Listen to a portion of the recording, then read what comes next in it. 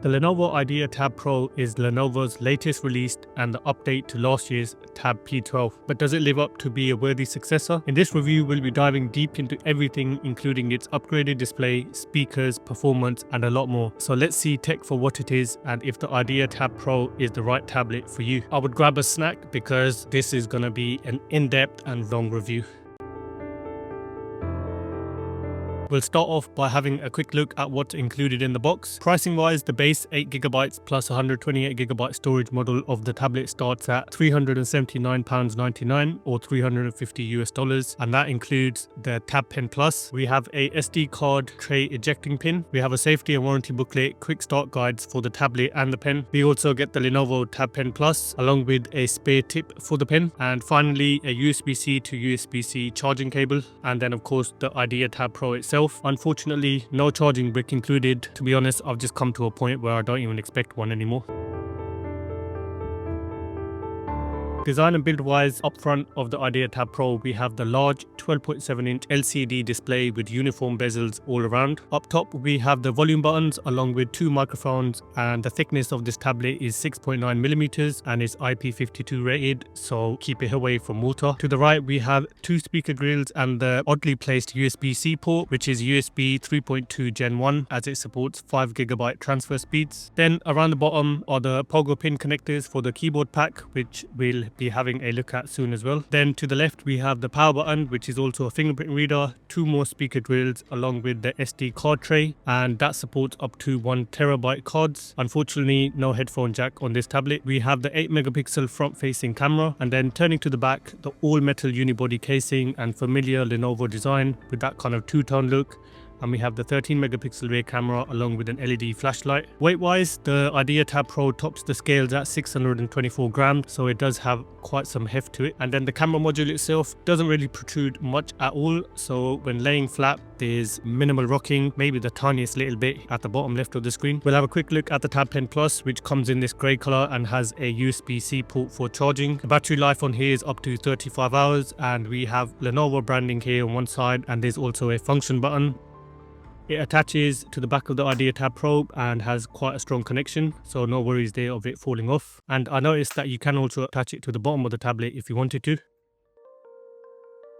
So we'll have a quick look at the keyboard pack, which is a separate purchase and priced at £85, but you can get it in bundles with the tablet. We get a safety and warranty booklet and also a quick start guide. And then we have the back casing itself with cutouts for the pen and camera module and the hand-free stand which flips out. We also have a sheet explaining the keyboard's function keys and shortcuts. And then the keyboard itself, just gonna snap the back casing on, goes on easy enough. Feels nice in the hand, almost has this kind of, I would say, leather type of finish. And then the keyboard attaches magnetically, and once it's all attached you have this nice case which will protect the tablet. It does add quite a bit of weight to the tablet though, so now it's topping the scales at 1.2 kilos. The stand itself is adjustable, so you can kind of position the tablet at an angle of your choice. When folded back, the keys are disabled on the keyboard, so they won't interfere with your use in that way. And I have to say, after using it, the keys have nice travel and are a joy to type on. The trackpad, although maybe not as good as one you'll get on a laptop, still performs well and has clickable buttons near the bottom of it. The function keys are always welcome and provide quick access to various controls. And when it comes to settings, you have loads of different options there. You can toggle on-screen keyboard, you have explanation of different keyboard shortcuts, you have the option to choose from modifier keys for different things like caps lock, control button,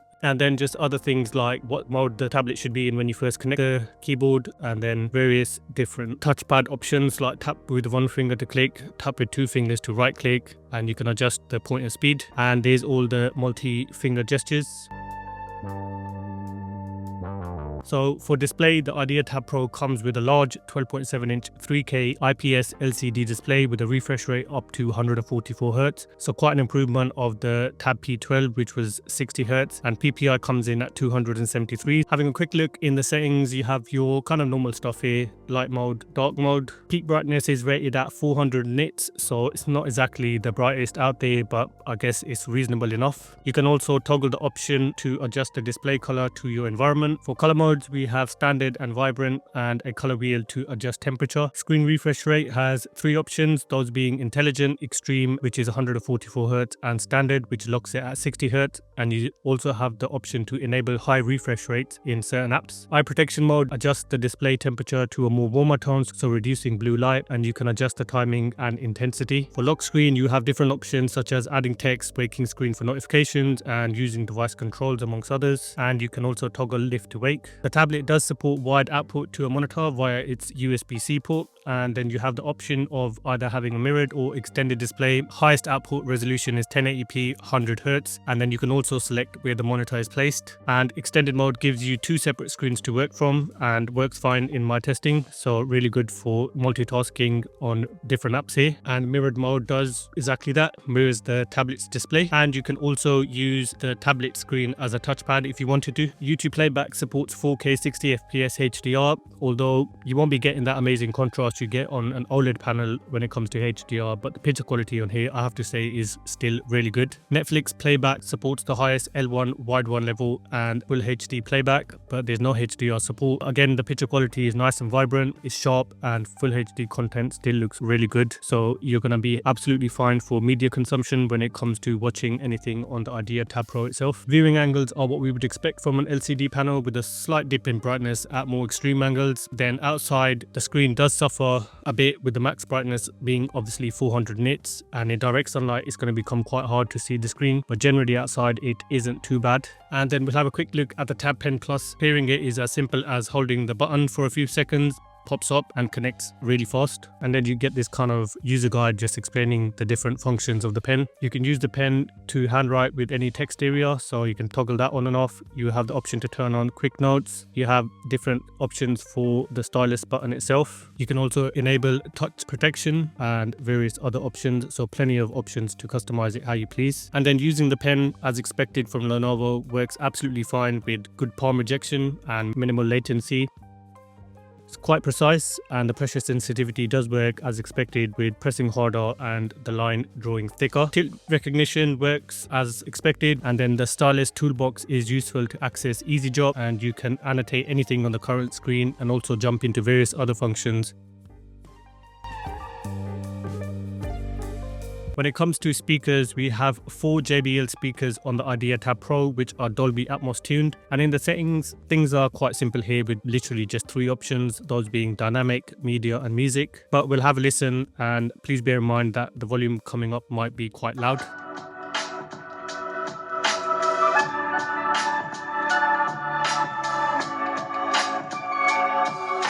Also Oxford, and Doctor of Letters again Oxford, I think. Anything else? Anyway, we kid. Jaeger.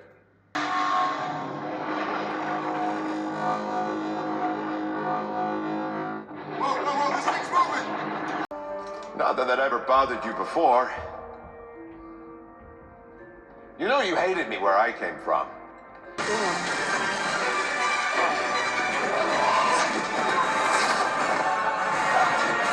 From my experience, the speakers do perform well. They get plenty loud, hitting a peak of 82 decibels there on my testing. They have a reasonable amount of depth to them thanks to the Dolby Atmos tuning, though they may be lacking on the bass side of things. For media consumption and general use, they will serve you absolutely fine.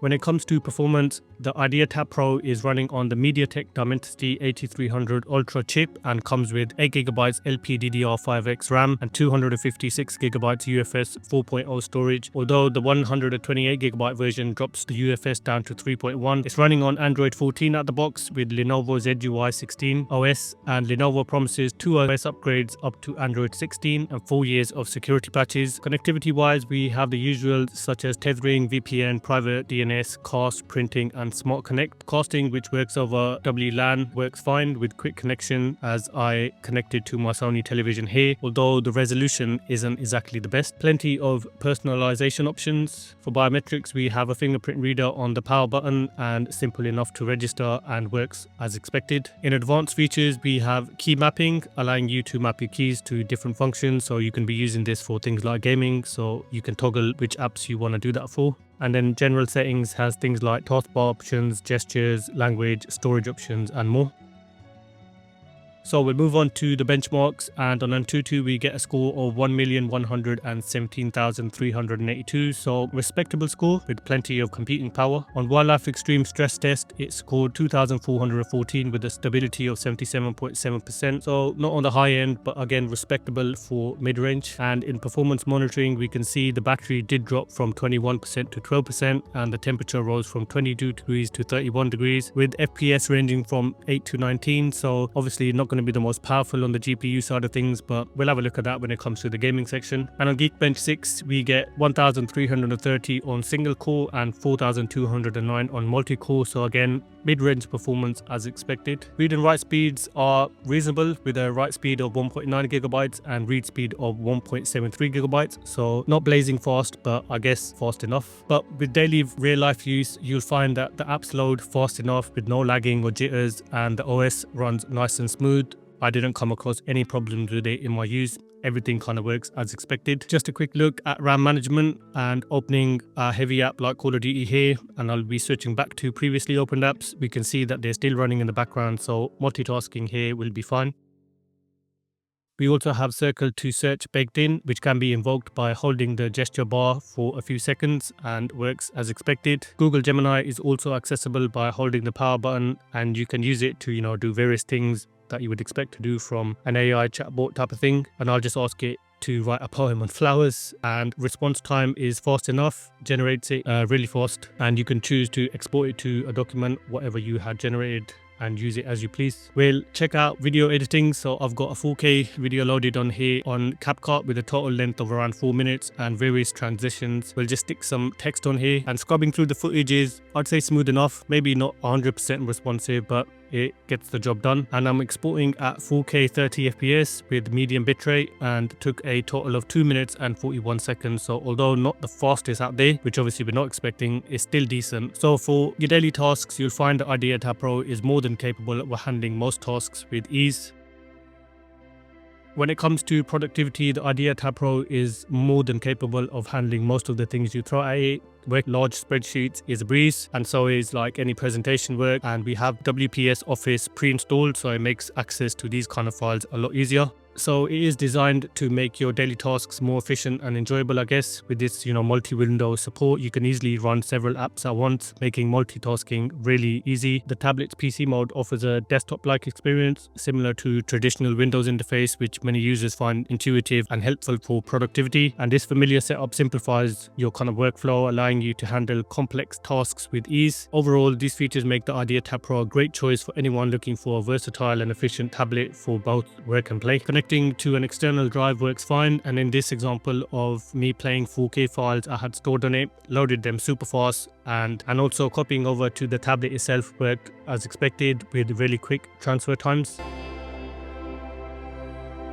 So we'll have a look at some gaming on the Idea Tab Pro. Starting off, we have battery is at 87% and the temperature of 25 degrees. I'm just going to quickly connect my controller to the tablet. We'll start off with Call of Duty Mobile, and selecting ultra frame rate defaults the visual quality to low, so we'll start with that.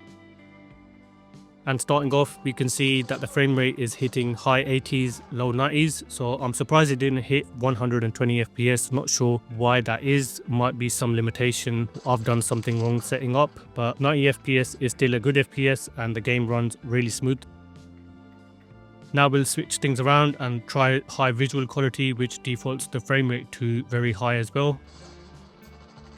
And now the game does look remarkably better. The FPS is hitting a cap of 60 it seems, with slight dips down to 58 here and there.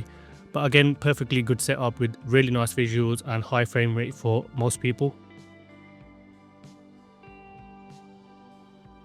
So after that 10 minutes of Call of Duty session, the temperature has risen to 28 degrees and now we're down to 82% battery, so we've lost 5%. Next we'll check out Wuthering Waves, another graphically intense game, and I'm going to start off with everything set to the highest possible in the settings. And here we can see that it's managing high 50s, 60 FPS. I was expecting more stable frame rate, where it's kind of dipping here and there, but the game still looks really good, really nice graphics, and the frame rate is again smooth enough for most people at 60, which is obviously the cap here.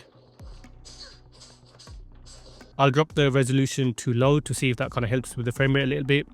and it seems it's pretty much the same. It's hitting the high 50s and fluctuating a little bit, and we can see that the temperature is increasing now at 31 degrees. And then I'll switch it up totally by choosing the balance preset, which will adjust other settings too. And on here it's limited to 30 FPS, but after playing at a higher frame rate, dropping down to 30 does make the game look almost choppy, but running smooth, absolutely no problem. After roughly 20 minutes of total gameplay, the temperature is now hitting approximately 32 degrees, so things are kind of heating up, and the battery is down to 78%, so we've lost 11% battery so far. Next we'll check out PUBG, and starting off with the highest graphics quality of HDR and ultra frame rate. And with these settings it managed to hit around 40 FPS, which is a bit underwhelming, but at least the visual quality is really good. I'll switch the graphics down to smooth and frame rate to extreme plus, and here it's now hitting 60 FPS, so running smoother than before, but of course the visual quality has taken a hit. I'm surprised it hasn't been able to hit 90 FPS, so I'm not sure if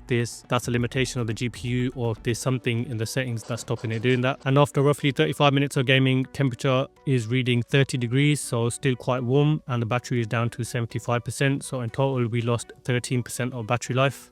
And unfortunately I was unable to test my normal go-to game, Call of Duty Warzone, as it simply would just get stuck on this main screen. I tried reinstalling the game and restarted the device several times, but it would end up like this every time, so I'm not too sure what's happened there. But overall, gaming wise, this might not be the absolute best tablet for gaming, and it's obviously not designed for that, with limited frame rates in certain games, but even then those frame rates are still high enough for good smooth gameplay. And of course it's the classic sacrifice, the graphics for frame rate situation, as we see with most devices. After all of that, I came to the understanding that at least for PUBG, to be able to hit 90 FPS, you have to ensure that in the screen refresh rate settings under applications that use high refresh rate, you want to manually enable the game. You want to be able to achieve the higher frame rates, and when I did that, it was hitting 90 FPS no problem. I wish I just kind of looked at that before I actually done my testing, but that was gaming.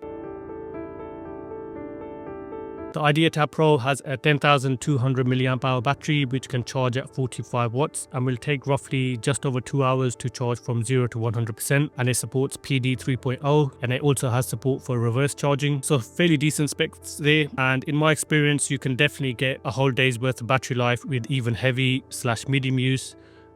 We'll have a quick look what we get in the settings. So your normal kind of battery remaining and rough estimate of time, along with battery temperature, battery saver with various different options that you can turn on, charge optimization. So we have charging protection, which kind of limits the device's battery to 40 to 60%, prolonging the battery life. We have battery maintenance mode, maximum charge limit, so it will only charge to 80%, and obviously your battery info with health and charge cycles. For detect battery drain, you can kind of optimize. It will detect apps or certain settings that are draining battery, so you can optimize them through there. And then we kind of have the normal battery level graphs and charts based on activity, screen on time. I've had 4 hours 26 minutes of screen on time, so battery life for me was quite good on here, although there are some tablets that can handle battery life a little bit better.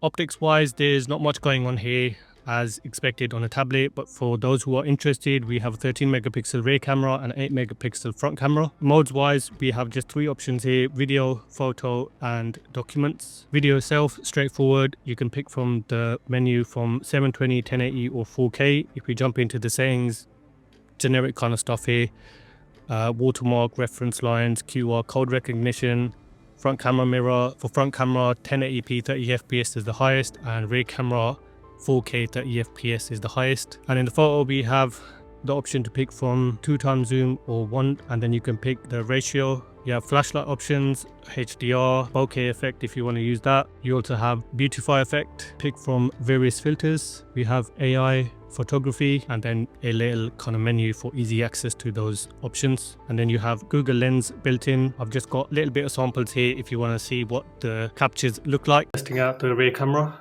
just have a look at the quality. And it looks like there's a lot of kind of smoothing going on. Autofocus seems reasonable. Seeing the camera quality, currently recording at 4K 30 FPS. I know it's not the best scenery. It's quite a cloudy day today.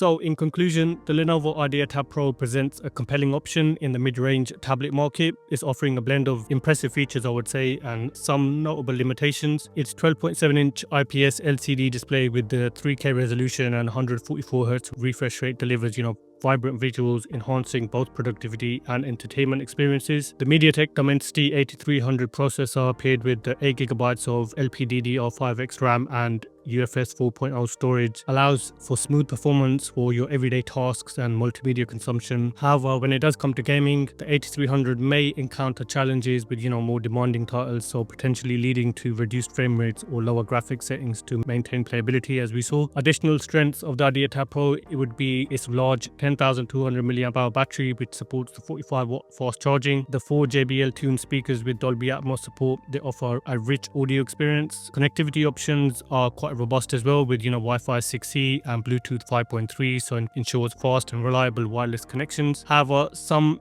drawbacks to consider would be the display's brightness, peak brightness of 400 nits, which may affect visibility in more brighter conditions. Cameras on here, but that's expected. The 13 megapixel rear camera, 8 megapixel front camera are adequate for basic photography and video calls and conferencing, but don't be expecting this to get high quality imaging. And when it comes to software updates, the tablet does ship with Android 14, and while the updates are expected, frequency and longevity of the software support remains uncertain, so that could impact long-term user experience. Overall, the Lenovo Idea Tab Pro offers a solid package for users seeking a versatile tablet, and it comes at a competitive price starting at £379.99 or $350, though potential buyers should weigh these against the limitations in the gaming performance and other noted cons. That's all for me, and I know this has been a long one, but I will catch you guys in the next one. Take care.